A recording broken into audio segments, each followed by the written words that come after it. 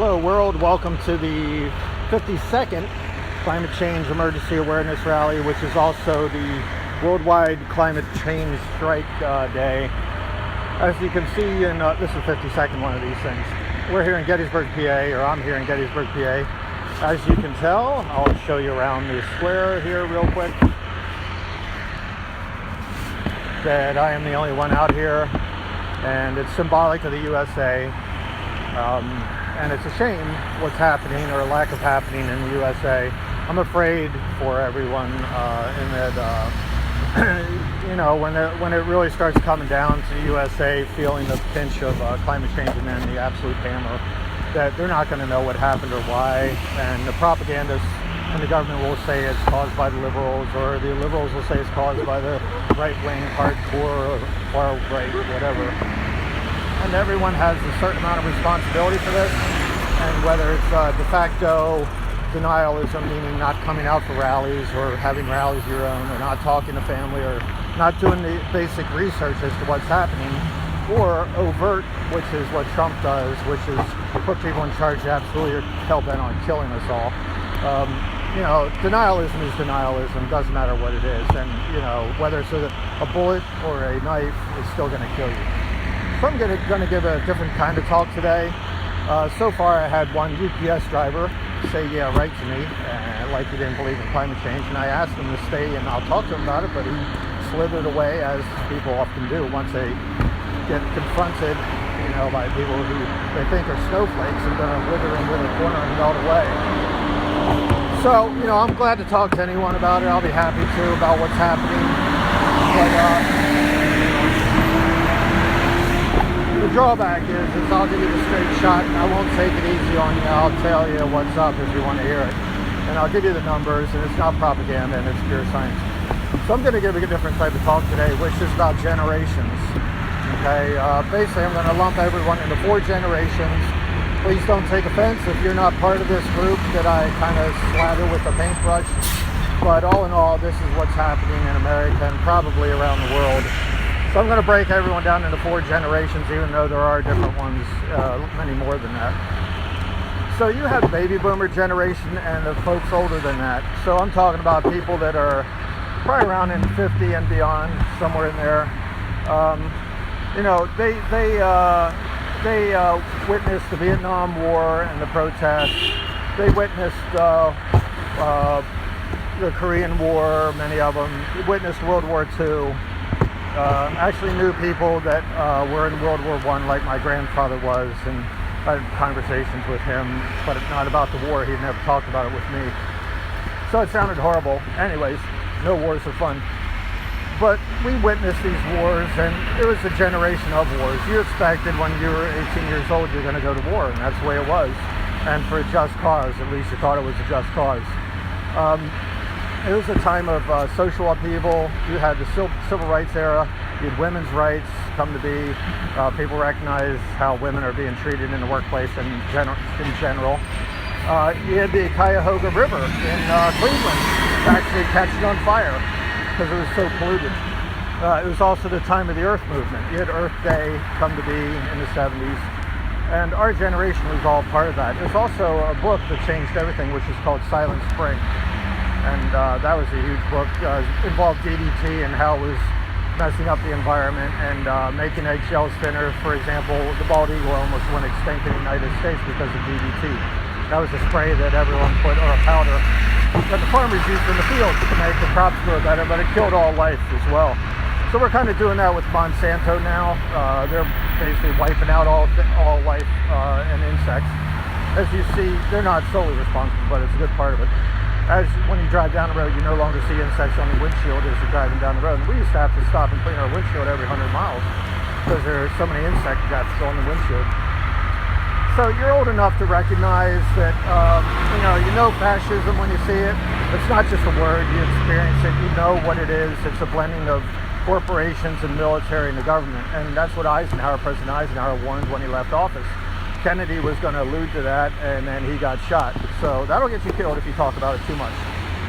Personally, we witnessed that down at the Capitol this last Friday when we were down there with Jane Fonda, and that the police overreacted to peaceful protesters and pushed them away, and we weren't blocking anything, weren't causing a danger or anything like that. And the police overreact because they're protecting the people inside and the people who take money from the fossil fuel industry, whereas the people outside who are trying to save all life on Earth are the ones getting arrested. So it's kind of a weird fascist thing going down right now. And eventually the cops will realize they have family too, and the protesters are actually trying to save their lives and their children's lives. But most likely by the time they wake up, it'll be way too late. So you have the next generation, which is Generation X. I call that 40 to 55 years old, 40 to 50, whatever. They're old enough to hear the stories by the old timers and the baby boomers. It's about Vietnam and World War II and the Depression and whatnot. But you know, they're stuck in the 80s, for example. You know, you party like it's 1999, like nothing is going to ever go wrong. You left the power, that Generation X left the power to the baby boomers and the older generation to control politics. You know, it was kind of a lost generation. They were in the shadow of the baby boomers. It was hard for them.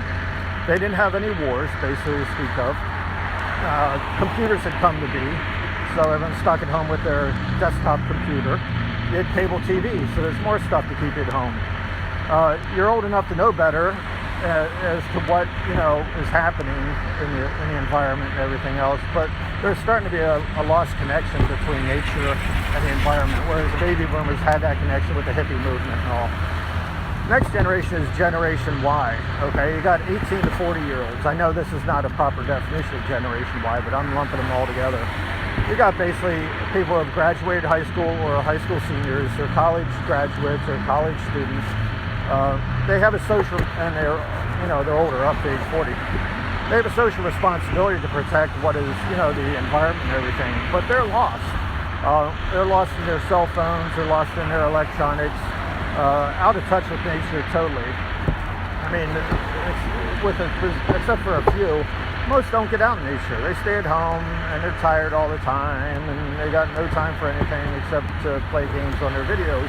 And you see the college kids doing that in town here all the time.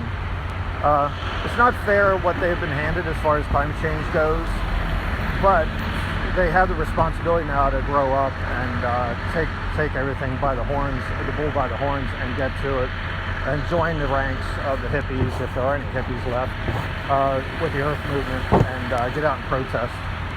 I recommend that the Generation Y get out and walk in the woods. Don't look at your cell phone while you're doing it. Just take a good walk in the woods. Hug a tree. You know, all the three generations that I spoke about should be hugging trees, should be planting something every spring and summer. Have a garden, whatever you need to do. But they're going to be profoundly affected by climate change. The previous generation, Generation X, will be, you know, painfully affected by climate change. And then the previous generation, my generation, the boomers, will be affected. We'll be observing more of it than anything, though, because we're up there in age already. But the Generation Y, the 18 to 40-year-old group, is going to be profoundly affected by climate change. Now, the last generation I'm going to talk about, and this is the generation I feel most sorry for. They're the generation I'm most concerned about. I'm scared for them. You know, they're called Generation Z, as in zebra. They're basically the last generation that will have, and it is profoundly accurate that they're called Generation Z. You know, I'm just to say I'm worried about them and scared for them and I care about them is an understatement. It's not their fault they were handed all this stuff, and what's going to come down to them, they're gonna be, I would call them the generation of terror. They're gonna experience such terror that we can't even imagine, as far as food shortages and climate change and droughts and floods. You name it. If you go into the Bible, everything that you can read in the Bible will be coming to them. So yeah, they are going to be the generation of terror. You know, they deserve to have a future. They deserve to be able to have a family that'll survive. They deserve to have a job 20 years from now, and I'm not sure that's going to happen. In fact, I'm pretty sure it's not going to happen. For many of you, this might be a shocker, but what I'm saying, but you know, I really expect everything to start going crazy about 2023. which is 3.5 years from now. 2026, I expect, 2023, I think everyone will know someone who has had an issue with climate change and has been affected by it, like lost a house or someone who died or something happened. So that's 3.5 years from now. 6.5 years from now, I fully expect that someone in someone's family will be profoundly affected by climate change, such as a death or lost their houses. And this is within their own family now at this point. I expect the world to be out of control. And whether we are surviving at that point is up for grabs, because humans are clever. Like, I'm wearing a jacket right now because it's cold, or I can, be in an air conditioner or whatnot. But food comes from everywhere else. And eventually all these countries, including the USA, unless it's grown locally, you're going to be choked off from food. You won't be able to get to food. You won't have food. Your water will be affected. And it's not a good situation. So the question is, do we all sit by and do nothing? Obviously, today, everyone else is sitting by and doing nothing.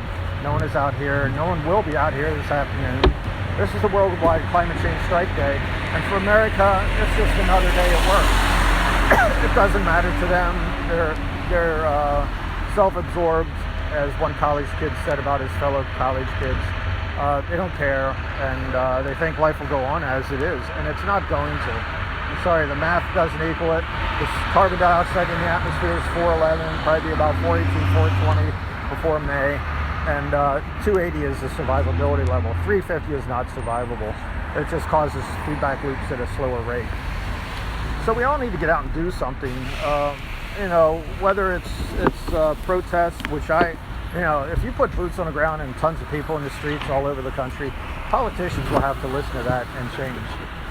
Another thing is to actually don't wait for elections. You got to get out and do this. But if you wait every 2 and 4 years, you're going to get the same people who are insulated all the time that aren't going to do anything for you. They act like they're all concerned about this or that, as they were in the last election, and then they dropped climate change altogether. Bernie Sanders was about it. Did you hear him say anything about it in between? No. Did you hear Hillary Clinton say anything after Bernie Sanders dropped out? No.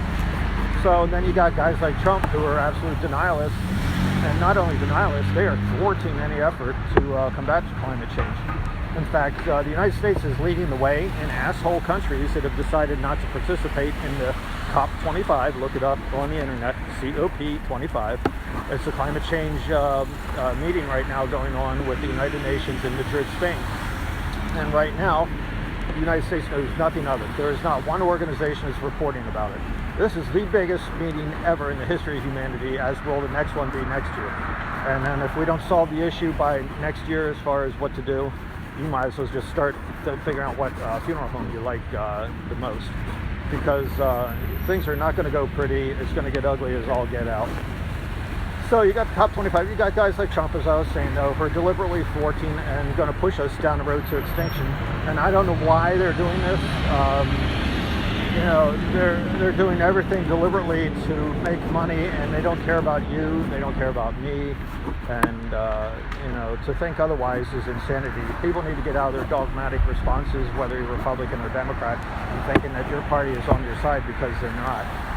The Democrats have nothing but centrist views. They're too afraid to step out to the so-called hard left, which was basically an issue, Republican and Democrat, back in the 1970s. Both parties believed in environmentalism, taking care of the world, taking care of our country, having clean water, having clean air. And now it's somehow some political issue rather than a good moment that they should just recognize that it's about all life on Earth and their own children. So I really hope that people start getting out on the street. I suspect no one's going to do anything, and another year from now I'll be doing this again by myself or with Tanya, and that'll be about it. 1 year is coming up on December 28th. Some of these weeks I did 2 protests in a week, and Tanya did some. That's why I'm at 52 already. So December 28th will be a year. So I really hope people, wake up and start turning around rather than just beep the horn or yell thank you. I'd rather have people stand here rather than yell thank you. But, everyone's got their own choices to make, and I really suggest the choices you're making right now are the wrong choices. So you need to get out and do something. And if you are getting out right now and I'm insulting you that way, thank you for getting out. And you need to get more vocal and try to talk to people about it. However, we're running into issues with our own families that they don't want to hear it. It's too depressing. Of course it's depressing. It's depressing when you know your family's going to die. But you need to hear it so you can identify the problem and tackle the problem. So I'll see you next week. That's on December 13th. That'll be the 53rd Climate Change Awareness Rally. And I'll be here in Gettysburg at 11 a.m. See you later. Thanks for listening.